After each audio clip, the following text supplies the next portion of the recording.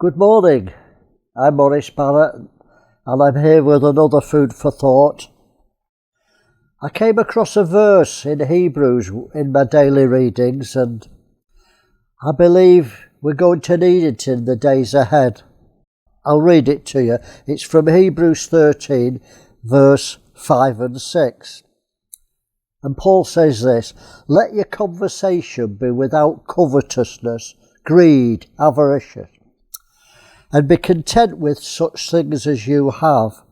For God said," or Jesus said, "I will never leave you or forsake you, so that we may boldly say, the Lord is my helper, and I will not fear what men will do unto me." This is a very applicable scripture for the days we're living in. You know, if you stay content with the things you have, then your standard of living will go down. It's amazing because of inflation. It's amazing that when we get a pay rise, when we get promotion, then we alter our lifestyle. We buy a bigger car, we move to a bigger house, our values change. And that shouldn't be. Why not be content with things that you have?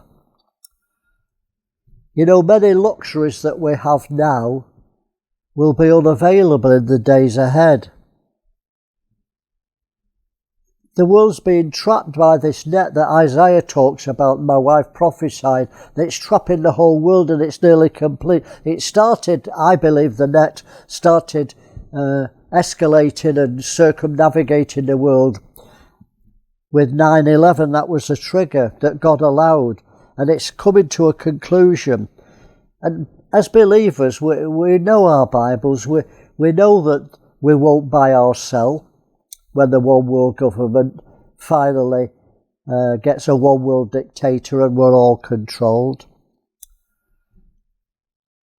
I don't know if you look at independent media, but the mainstream media these days is just propaganda. It's not the truth, it's propaganda. You need to look at alternative news so you can see for yourself what's going on. I saw today that in Ireland, agricultural minister has said that they need to cull 200,000 cows in the name of global warming. It's ridiculous what's happening. It's the agenda for man-made meat.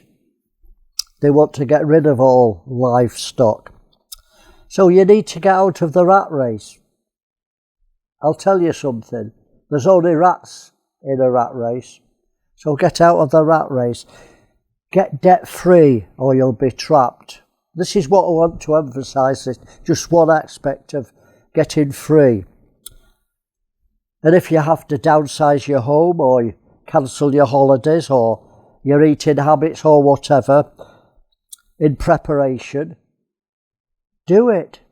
Do it for God's sake.